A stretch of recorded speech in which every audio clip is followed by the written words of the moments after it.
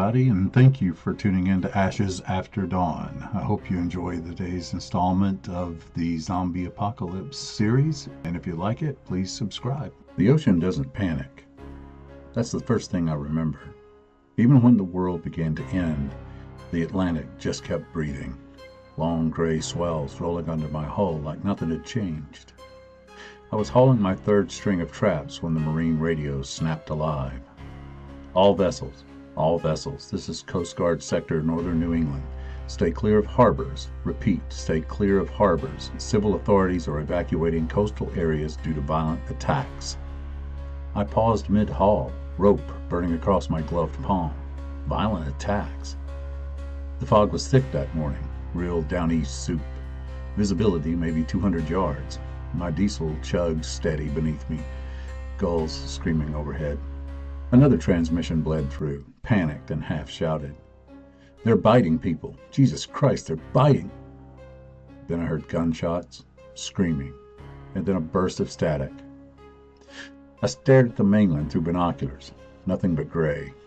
Coast Guard, clarify nature of emergency, an older captain asked. The reply came clipped and tight. Unconfirmed biological event. Individuals exhibiting extreme aggression. Do not allow anyone aboard. Avoid contact. Stay offshore. My stomach tightened. I swung the bow towards town anyway. Not close, just enough to see. The fog thinned near the harbor mouth. I saw it. People running on docks. 2 men dragging a third. A woman tripping and something falling on top of her. Then more shapes emerging from bait sheds and boats. Moving wrong. Fast. Too many. A pickup truck plowed through a stack of lobster crates and crashed into a piling. Someone stumbled out of the driver's seat and was immediately swarmed. The Coast Guard cutter that usually idled near the channel marker was already pulling out hard, wake boiling white behind her. I knew then. The harbor was gone. The town was gone. I pushed the throttle forward and turned east. 6 miles offshore sits a rock locals call Gull Reach. Not big enough for a proper island name. Just a granite hump with a scrub pine and a little summer house that belongs to a Boston family that drinks Chardonnay and complains about the smell of bait. I'd done repairs there once, fixed their skiff winch. I knew 3 things. Rain catchment barrel on the north side, propane stove, no real food storage. It wasn't ideal, but it wasn't town. I tied up on the lee side and climbed the rocks with the tide pushing hard against my boat. The cottage was locked. The back window wasn't. Inside smelled like cedar and sunscreen. I cleared it room by room like I'd seen guys do in old war documentaries. I'd never served, never been a cop, just a lobsterman, but fear teaches quick. The kitchen had 3 cans of soup, half a box of pasta, some salt, no rice, no beans. The closet just had some life jackets. The bedroom nightstand drawer, though, had a government model 1911 45. I held it in my hands, surprised at the weight. Magazine was inserted. I dropped it and counted. 10 rounds, extended mag. No spare ammo anywhere in the house. 10 rounds to negotiate the end of the world. I racked the slide, checked the chamber, eased it forward. I slept with it beside me that night while the mainland glowed orange through the fog. The first night offshore was quiet. Too quiet. No distant highway noise. No lobster boats idling out at 3 a.m. Just wind. At dawn I climbed the highest rock on the island with binoculars. Columns of smoke rose from town. Something large burned near the waterfront. Maybe the fuel depot. The marine radio carried less traffic now. No Coast Guard. No official voice. Just scattered captains asking for family members. Then silence. I inventoried what I had. Half tank of diesel on my boat. Maybe enough for 2 careful round trips. 3 days of food. Rainwater for now. 10 rounds. You can't wait out an infection with 3 cans of soup. I would need supplies, which meant going back. I timed my return with low tide, less current, easier docking. The harbor looked abandoned when I approached. Boats were adrift. Lines looked like they had been snapped. One lobster boat burned down to her waterline. I tied up at the far commercial pier, pistol tucked into my oilskin jacket. Town Smelled wrong. Copper. Rot. I moved fast. First contact came near the bait shed. Tommy Reed, 22, always laughing. He stood with his back to me. When he turned, half his cheek was missing. He charged. I fired once. The recoil shocked my wrists. He dropped. 9 rounds. The sound carried like a cannon. Doors opened up and down the street. They poured out. Some staggered. Some sprinted.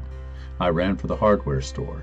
Pry bar, hatchet, duct tape, backpack, flashlights, batteries. Then the grocery store. Front windows were smashed.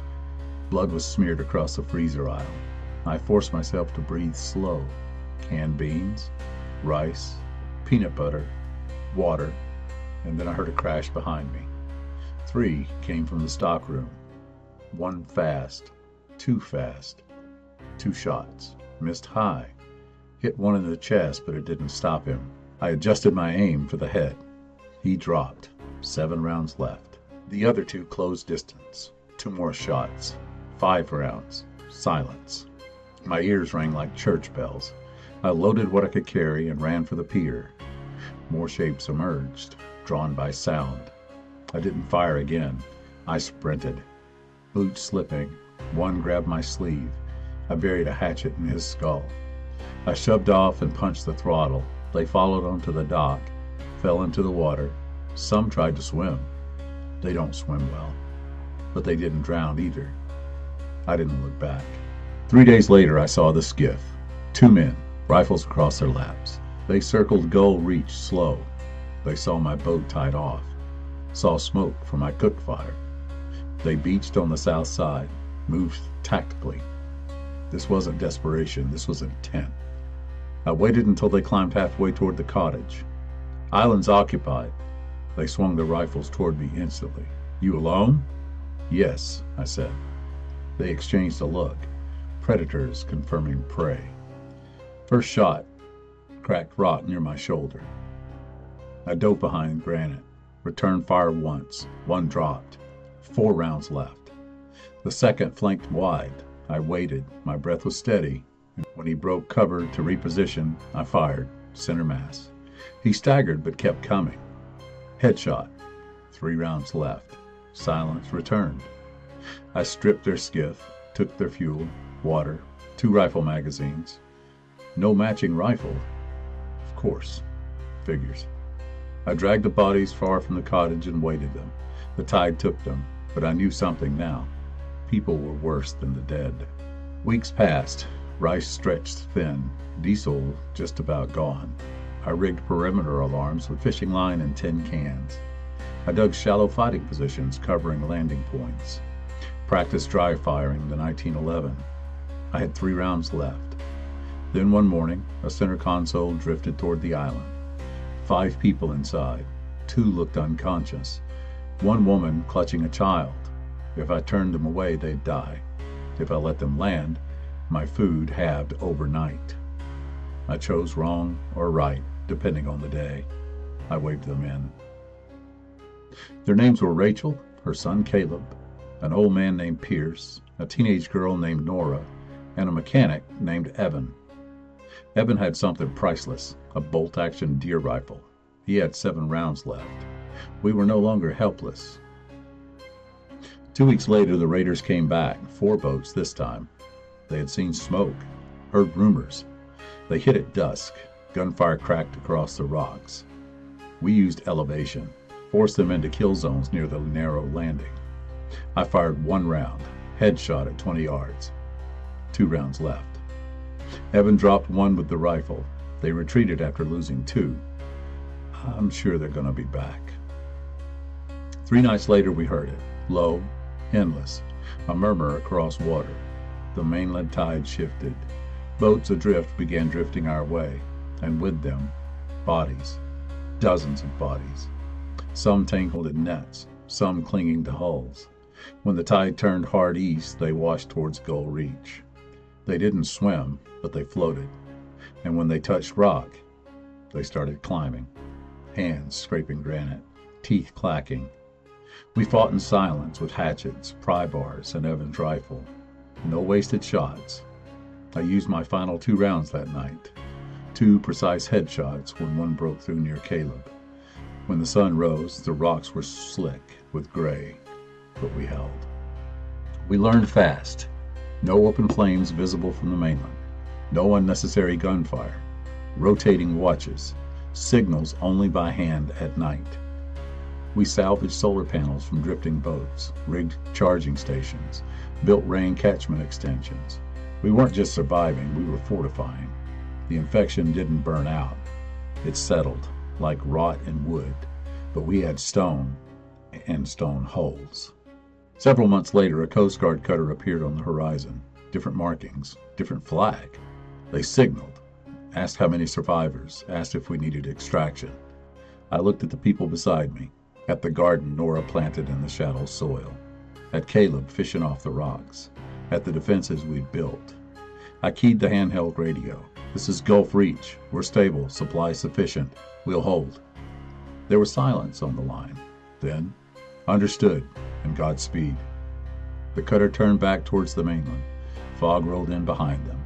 The gray tide still moved out there somewhere, but on this rock, we stood. Winter doesn't arrive in Maine politely.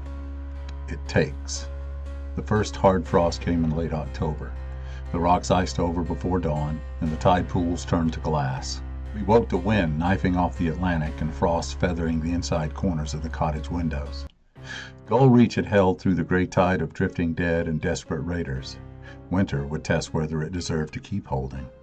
We had rice, beans, and canned goods that stretched pretty thin. A small garden Nora had coaxed from shallow soil, rain catchment barrels now icing over, 1 bolt-action rifle with 5 remaining rounds, and my empty 1911. Ammo had become currency. Silence had become survival. The ocean changed first. The gulls left. The swells grew heavier and colder. Spray froze along the rails of my lobster boat until she looked like she was armored in glass.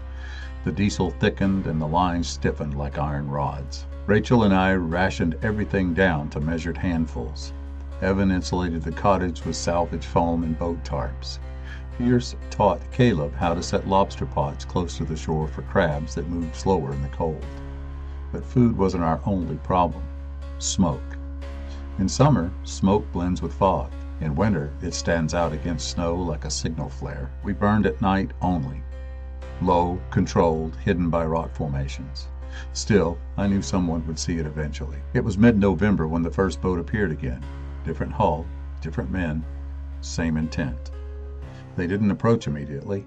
They watched from beyond the rifle range, binoculars glinting. Scouting. We had changed too. Evan had built firing lanes between rock outcroppings. We had fallback positions inside the cottage, and fishing line alarms now stretched across the narrowest landing points. They tested us at dusk. 2 men landed quietly on the North Rocks, while a third stayed in the boat. But winter, granted, is very unforgiving. The moment one slipped, the alarm lines snapped tight. Cans cluttered. Evan fired once. The shot echoed across frozen water. 1 raider dropped. The others retreated fast. 4 rifle rounds left. That single shot would carry for miles. The tide brought them back, not in dozens this time, in hundreds. Bodies trapped in drifting lobster buoys and torn netting, frozen in rigid positions. Some were little more than gray statues locked in ice. At first, we thought winter had saved us. The frozen dead piled against the south rocks, locked in grotesque poses. Until the thaw. A brief warm front rolled in before Christmas. Fog returned, snow softened, and the frozen bodies began to move. Slow at first, then hungry. They came in waves as ice broke from their limbs. Some shattered on rock, some clawed forward, missing fingers and jaws. We didn't waste rifle rounds. We used poles, hatchets, crowbars. Push and drop. The tide took what we knocked loose. But one broke through the outer rocks and lunged towards Caleb. I grabbed the pry bar and met it head on, felt bone give under steel. That night I realized something. Winter didn't kill the infection. It preserved it. By January, hunger sharpened tempers. Evan wanted to attempt a mainland run for fuel and ammunition. Rachel said it was suicide. Pierce reminded us fuel meant mobility. Mobility means choice. I listened, then I made the call. We would go. Not all of us, just me and Evan. If we didn't return by nightfall, they were to conserve and hold. The harbor looked like a graveyard. Boats iced in place, docks collapsed under snow weight, shops gutted and windblown. We moved quiet, no gunfire unless necessary. Inside the old marine supply store, we found gold, 2 propane cylinders, marine flares, rope, waterproof clothing. Then Evan found it. A locked cabinet behind the counter. We forced it open. A 12-gauge shotgun with 2 boxes of shells. I exhaled for what felt like the first time in months. Then the back door crashed open. Raiders, 3 of them. They followed us from the shoreline. Gunfire exploded in the confined space. It was deafening. Evan dropped one with the rifle. I fired the shotgun once. The blast tore through winter silence. The third ran. We didn't chase. Sound carried too far in cold air. We loaded fast and ran for the boat. Shapes began emerging from alleyways. The dead, drawn by noise. We shoved off just as hands hit the dock edge. They followed the noise across the water. Dozens clinging to drifting hulls. More raiders appeared on the horizon 2 days later. They had heard the shotgun. They came with 3 boats, and they came in at night. Snow falling thick. Visibility was near 0. We let them land. That was the plan. Force them into narrow rock channels where footing was treacherous.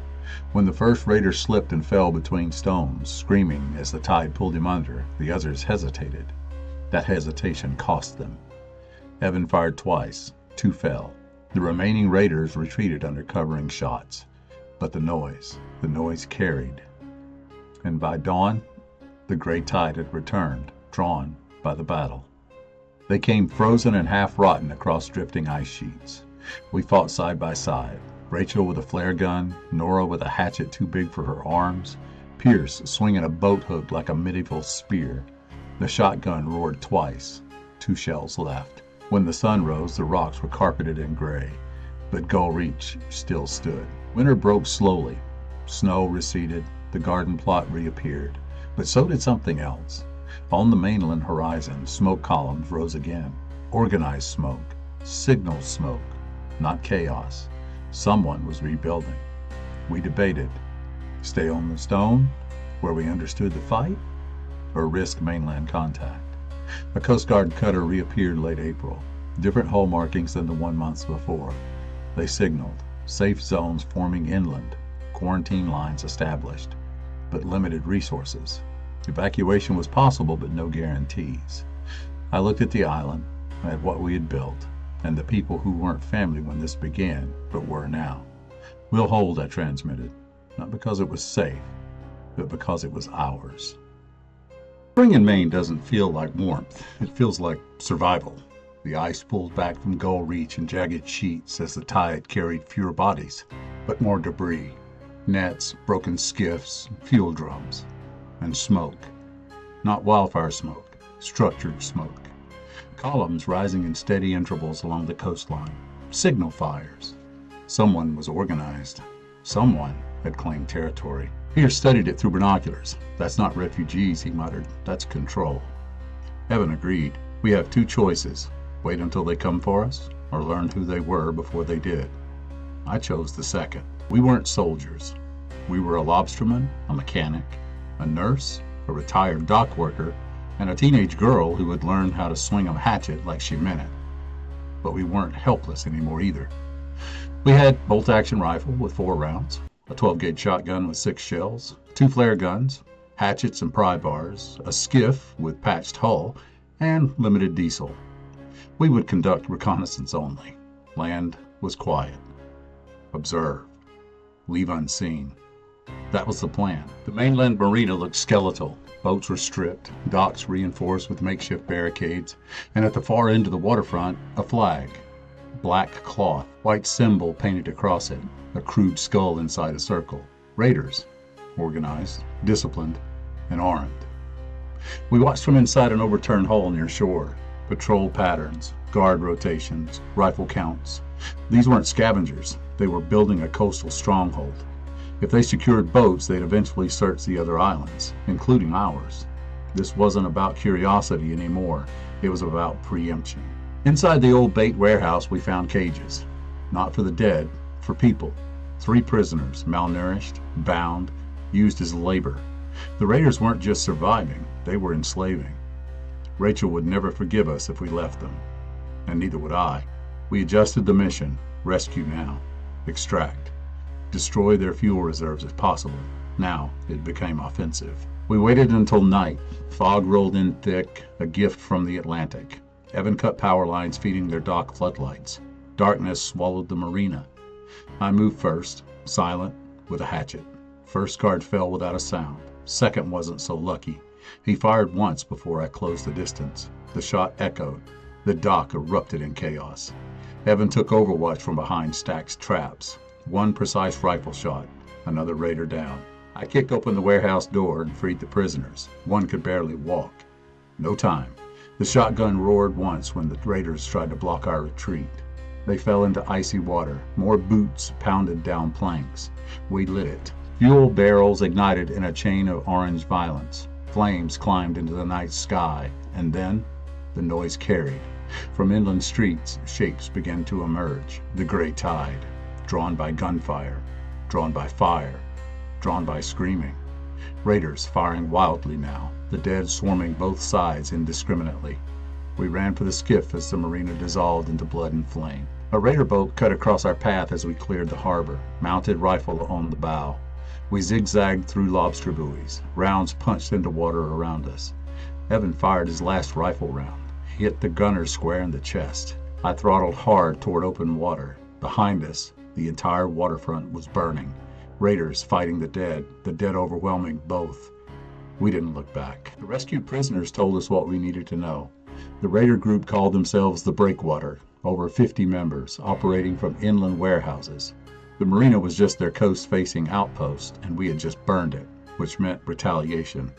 The offensive brought time, but it also painted a target on Gull Reach. 3 days later, scouts spotted movement offshore. 4 boats, heavier armed than before. This wasn't probing, this was an invasion. But we had changed the equation. The mainland now crawled with the gray tide again, drawn to burned fuel and gunfire. The raiders would have to cross infected territory just to reach us, and we had fortified. Firing lanes, rock barricades, elevated sniper perch for Evan. Molotov cocktails crafted from salvaged bottles. When they landed at dusk, they were already bloodied from the fighting inland. Exhausted, we struck fast. First boat disabled before it breached. Second grounded hard on exposed rock. Shotgun thundered twice. Molotov ignited dry scrub between landing points. Smoke and flames separated their teams. The gray tide began washing ashore behind them. Raiders trapped between island defenders and the undead. We didn't waste ammo. We didn't let panic do half the work. By sunrise, only 1 raider boat escaped. The rest fed the tide. The island was no longer just refuge, it was resistance. Smoke from the mainland lessened over the weeks. Scattered gunfire replaced organized patrols. The breakwater fractured. The survivors from inland began signaling small boats offshore. Not raiders, families, fishermen, teachers. The offensive had shifted the balance, not ended the infection, but ended the strongest predator among the living. Pierce stood beside me in the morning as fog rolled in. "You didn't just defend the island," he said. "You changed the coast." I shook my head. "No, sir," I said. "We just refused to kneel." The ocean breathed slow beneath us. The gray tide still moved somewhere out there, but now, so did we.